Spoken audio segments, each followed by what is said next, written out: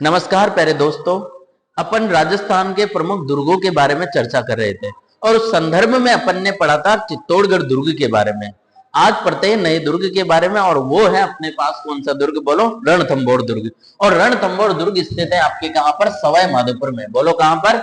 सवाई माधोपुर में। अच्छा, इस दुर्ग के सबसे पहले बात करते हैं इसके निर्माण की। तो इस दुर्ग का जो निर्माण करवाया गया, ये करवाया गया रणथंभन देव चौहान के द्वारा। बोलो किसके द्वारा? रणथंभन देव चौहान के द्वारा। रणथंभन देव चौहान के द्वारा। और ये निर्माण करवाया गया था 994 ईस्वी में। बोलो कब करवाया गया था? 994 ईस्वी में। कौन से दुर्ग का निर्माण? रणथंभौर दुर्ग का निर्माण। अच्छा, इस दुर्ग की श्रेणियों की बात करें तो ये दुर्ग जो है 3 श्रेणियों वाला दुर्ग माना जाता है। ये वन श्रेणी में भी आता है, यही दुर्ग आता है एरन दुर्ग श्रेणी में भी, और ये दुर्ग जो है गिरी दुर्ग श्रेणी में भी आता है। तो 3 श्रेणियों वाला दुर्ग है आपके। कौन सा दुर्ग? बोलो, रणथंभौर दुर्ग। अच्छा, ये एक पहाड़ी पर स्थित है। और पहाड़ी की बात करें तो ये जो है एक 2 पहाड़ियां हैं, एक तो रण की पहाड़ी और थंब पहाड़ी। बोलो कौन सी? रण और थंब, दोनों पहाड़ियों के मध्य में स्थित है आपके कौन सा दुर्ग? बोलो, रणथंभौर दुर्ग। इसी कारण इन्हीं पहाड़ियों के नाम पर यह दुर्ग कहलाया। बोलो कौन सा दुर्ग?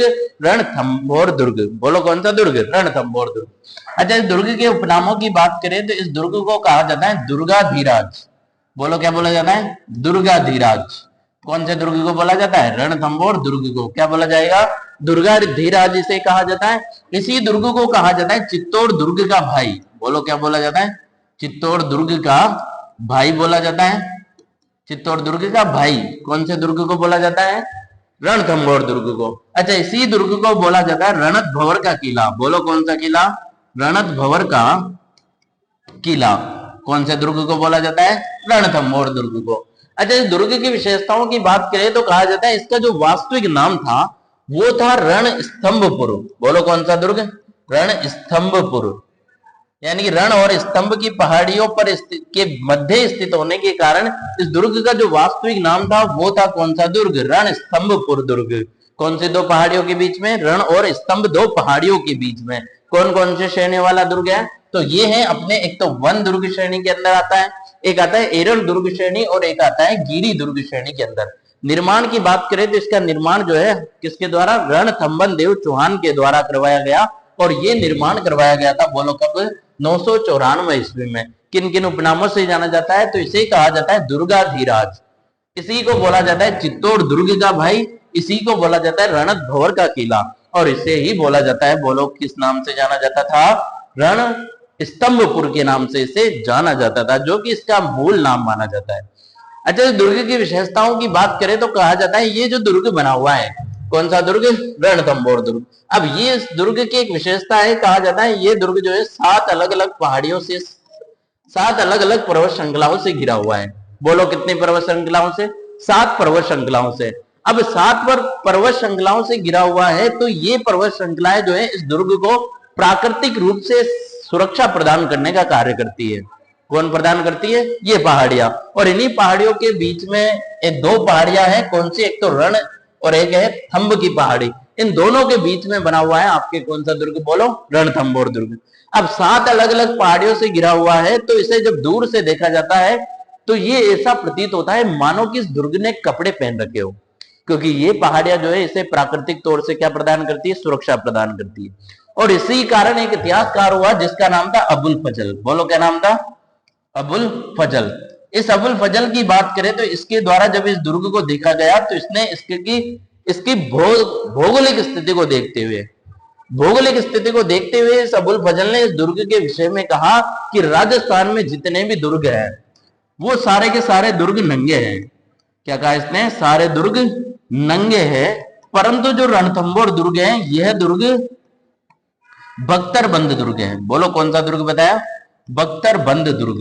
यानी कि अबुल फजल ने इस दुर्ग के बारे में कहा कि सारे दुर्ग नंगे हैं, परंतु रणथंभौर दुर्ग जो है ये कौन सा दुर्ग है? बोलो, बख्तरबंद दुर्ग है। अच्छा, बख्तरबंद का मतलब क्या होता है? तो पहले के समय में जब सैनिक युद्ध भूमि में जाया करते थे तो इनके द्वारा जो है अपनी सुरक्षा के लिए शरीर के ऊपर एक कवच धारण किया जाता था, जिसे बोला जाता था बख्तरबंद। अब ये दुर्ग भी 7 पर्वत श्रृंखलाओं से घिरा हुआ है।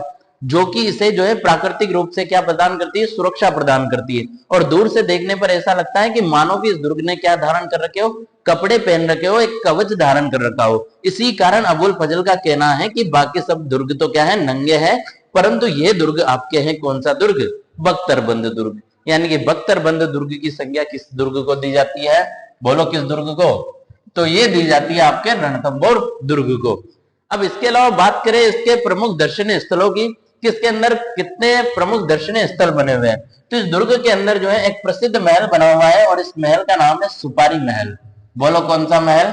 सुपारी महल। और सुपारी महल की एक विशेषता है, वो विशेषता क्या कि सुपारी महल के अंदर एक ही स्थान पर मंदिर बना हुआ है। बोलो क्या बना हुआ है? मंदिर। एक ही स्थान पर मस्जिद बनी हुई है और एक ही स्थान पर जो है गिरजाघर बना हुआ है। गिरजा घर बना हुआ है। कौन से दुर्ग के अंदर? रणथंभौर दुर्ग के अंदर स्थित है कौन सा महल? सुपारी महल, जहां पर जो है एक ही स्थान पर मंदिर, मस्जिद और गिरजाघर तीनों स्थित है। अच्छा, पूछा जाए कि राजस्थान का ऐसा कौन सा स्थान है जो कि अपने सांप्रदायिक सद्भावना का एक प्रतीक माना जाता है, तो वो है अपने कौन सा महल? बोलो सुपारी महल। और सुपारी महल कौन से दुर्ग में स्थित है? रणथंभौर दुर्ग के अंदर। अच्छा, इस दुर्ग की बात करें तो यहाँ पर एक मंदिर बना हुआ है, ये एक महल बना हुआ है, जोगी महल। बोलो कौन सा महल? जोगी महल। कहा जाता है ये जो महल है ये किसी एक ऋषि को प्रदान किया गया था।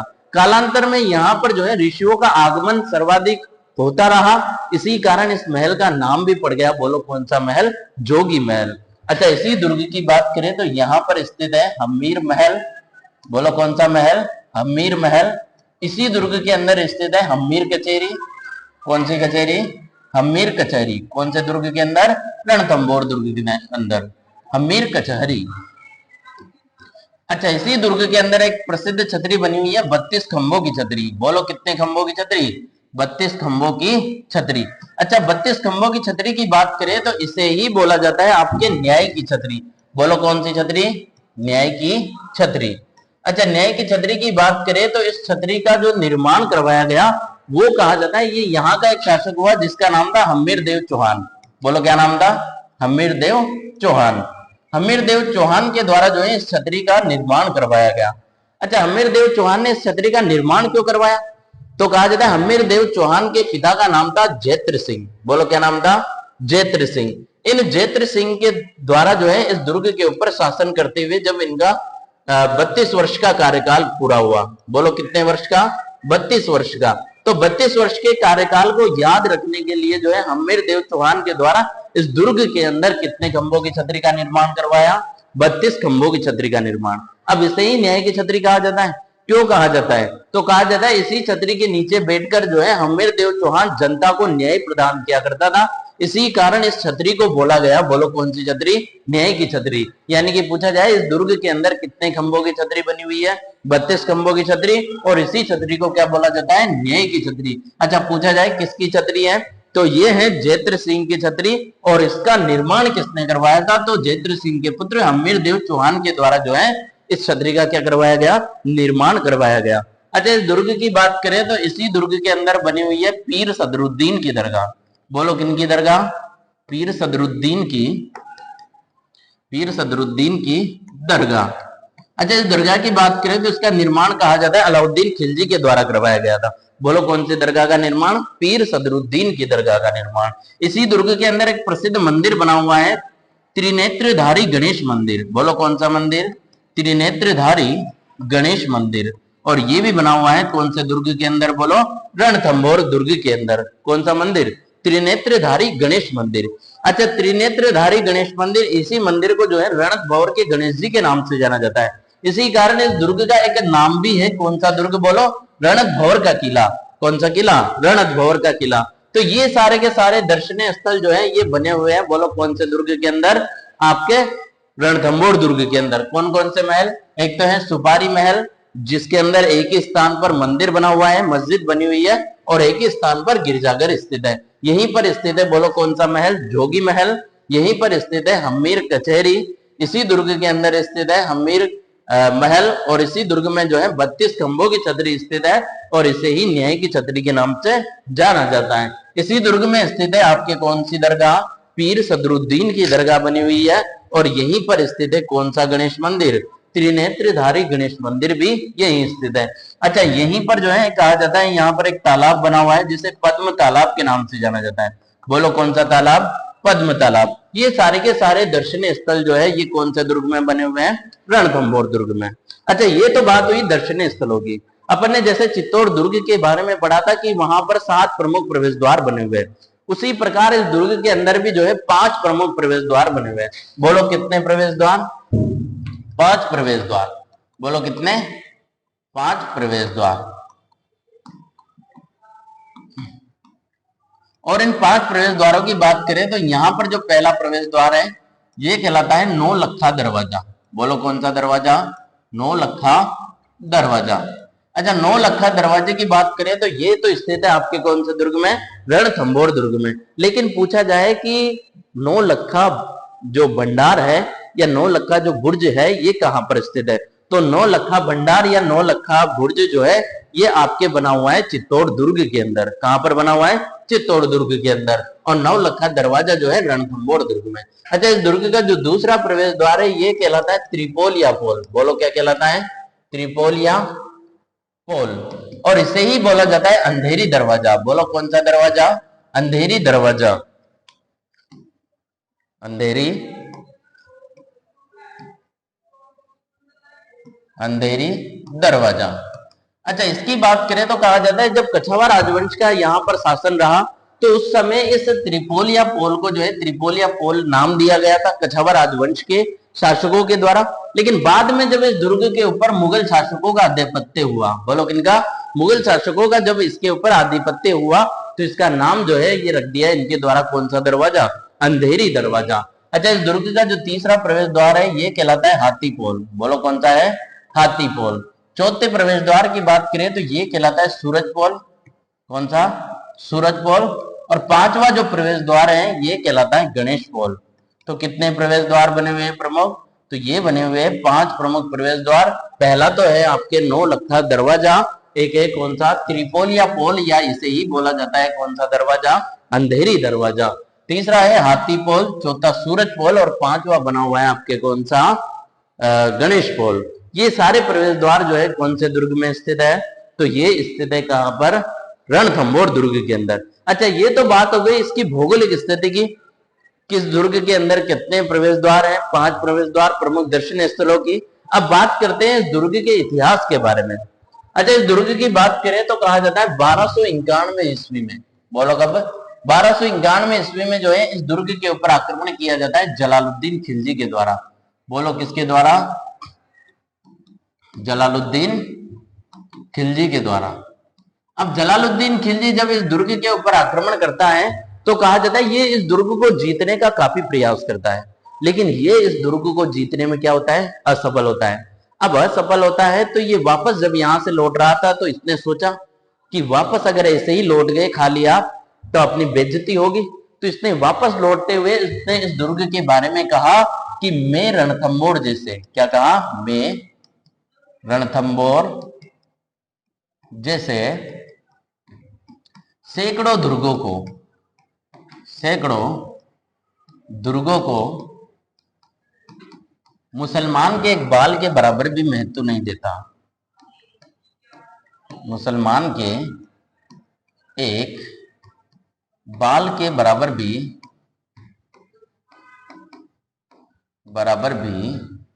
महत्व नहीं देता। ये कहा कौन से दुर्ग के बारे में? बोलो रणथंभौर दुर्ग के बारे में। किसने कहा? जलालुद्दीन खिलजी ने। और जलालुद्दीन खिलजी ने इस दुर्ग पर आक्रमण कब किया? 1291 ईस्वी में। ये इस दुर्ग को जीतने में सफल हुआ? नहीं हुआ। और नहीं हुआ तो वापस लौटते हुए इसने क्या कहा इस दुर्ग के बारे में कि मैं रणथंभौर जैसे सैकड़ों दुर्गों को मुसलमान के एक बाल के बराबर भी क्या नहीं देता? महत्व नहीं देता।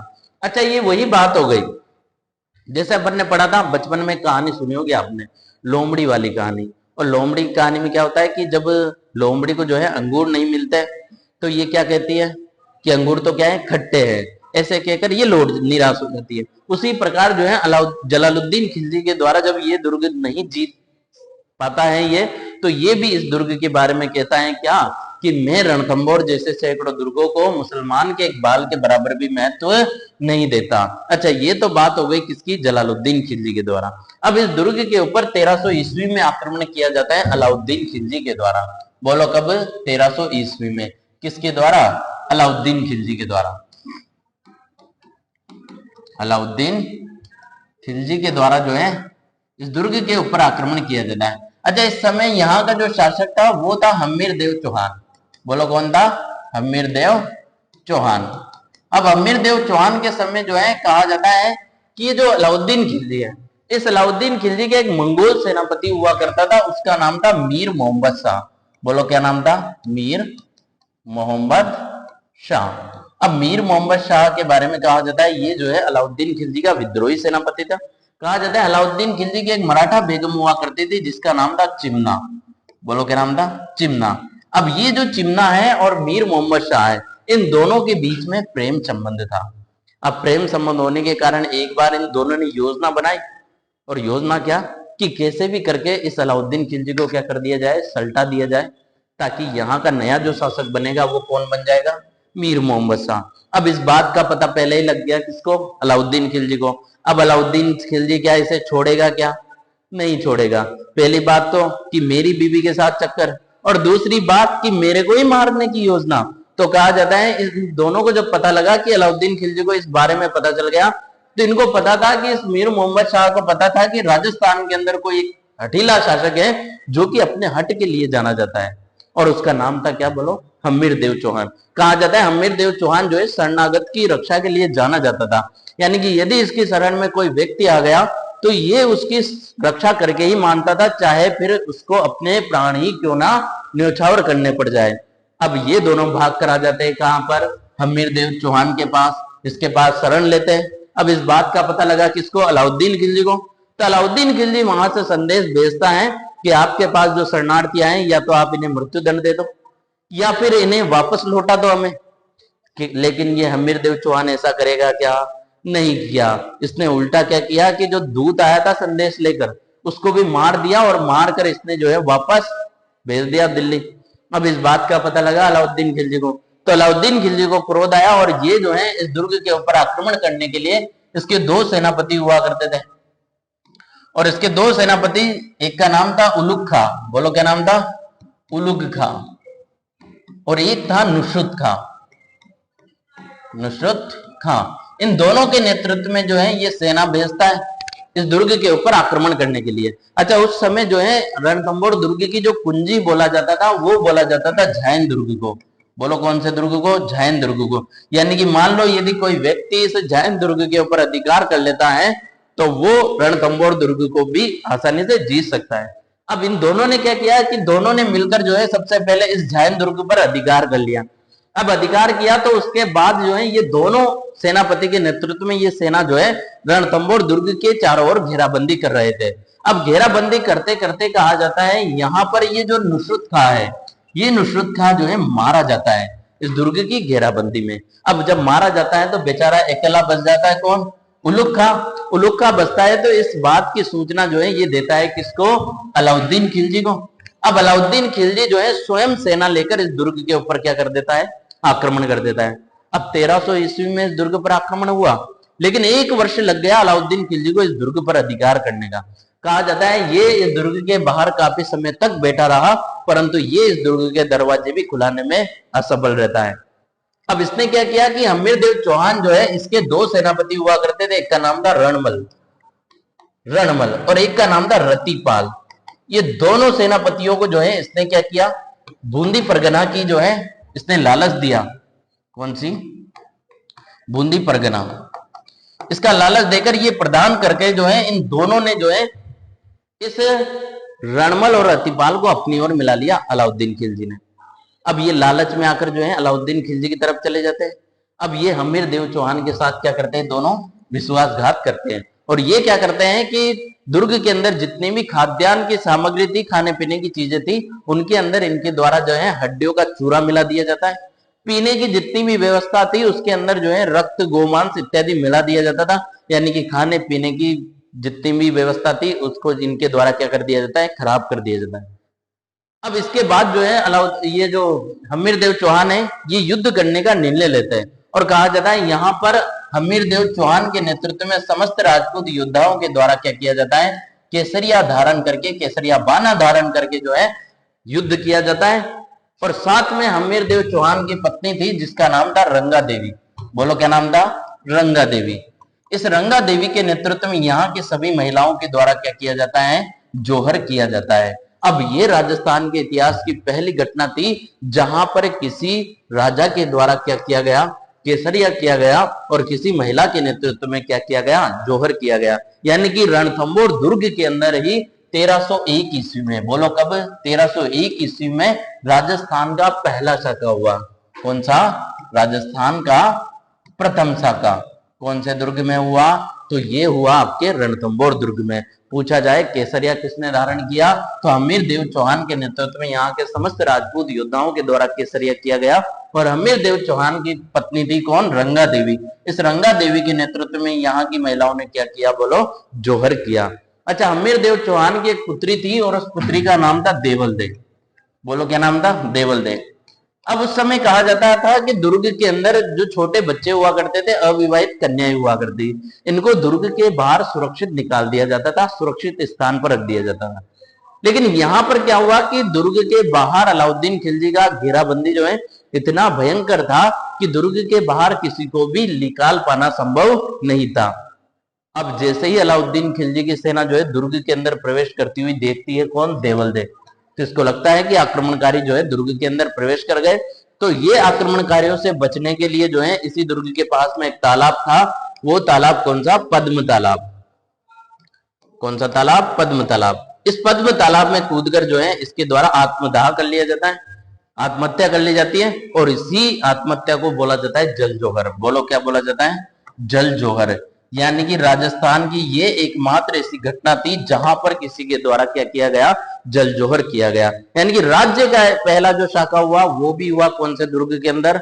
रणथंभौर दुर्ग के अंदर। और ये होता है कब? 1301 ईस्वी में। और पूछा जाए कि राज्य का एकमात्र जो जल जोहर हुआ ये भी कौन से दुर्ग में हुआ? तो ये हुआ रणथंभौर दुर्ग के अंदर। किसके द्वारा किया गया? तो ये किया गया देवलदेव के द्वारा, जो कि हमीर देव चौहान की पुत्री थी। किसके अंदर कूदकर? पद्म तालाब में कूदकर जो है इसके द्वारा क्या किया गया? जोहर किया गया, जल जोहर किया गया। तो ये था इस दुर्ग का पहला शाखा, यानी कि इस दुर्ग के अंदर हुआ राजस्थान का पहला शाखा। जल जोहर भी किसमें? रणथंभौर दुर्ग के अंदर। अच्छा, इस दुर्ग के निर्माण की बात करें तो निर्माण किसने करवाया? तो ये तो करवाया किसने? बोलो किसके द्वारा? रणथंभन देव चौहान के द्वारा 994 ईस्वी में। कौन कौन सी श्रेणियों में आता है? तो ये आता है वन, एरन और गिरी श्रेणियों के अंदर। 7 अलग अलग पर्वत श्रृंखलाओं से घिरा हुआ है। और इसी कारण इतिहासकार अबुल फजल ने इसे क्या कहा कि सारे दुर्ग क्या है? नंगे हैं, परंतु ये दुर्ग बख्तरबंद दुर्ग है।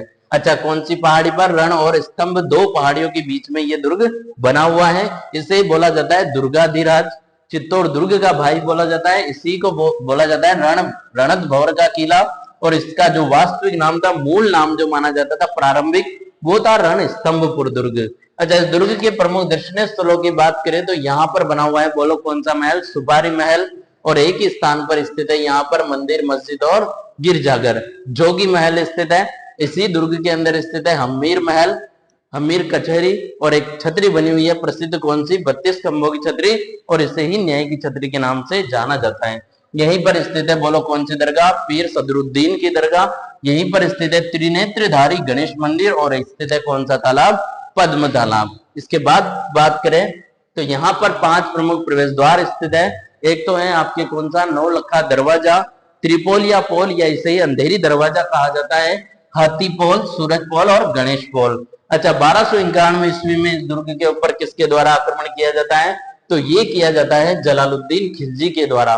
लेकिन ये जलालुद्दीन खिलजी जो है इस दुर्ग को जीतने में सफल नहीं होता है। और वापस लौटते हुए ये इस दुर्ग के बारे में कहता है कि मैं रणथंभौर जैसे सैकड़ों दुर्गों को मुसलमान के एक बाल के बराबर भी महत्व नहीं देता।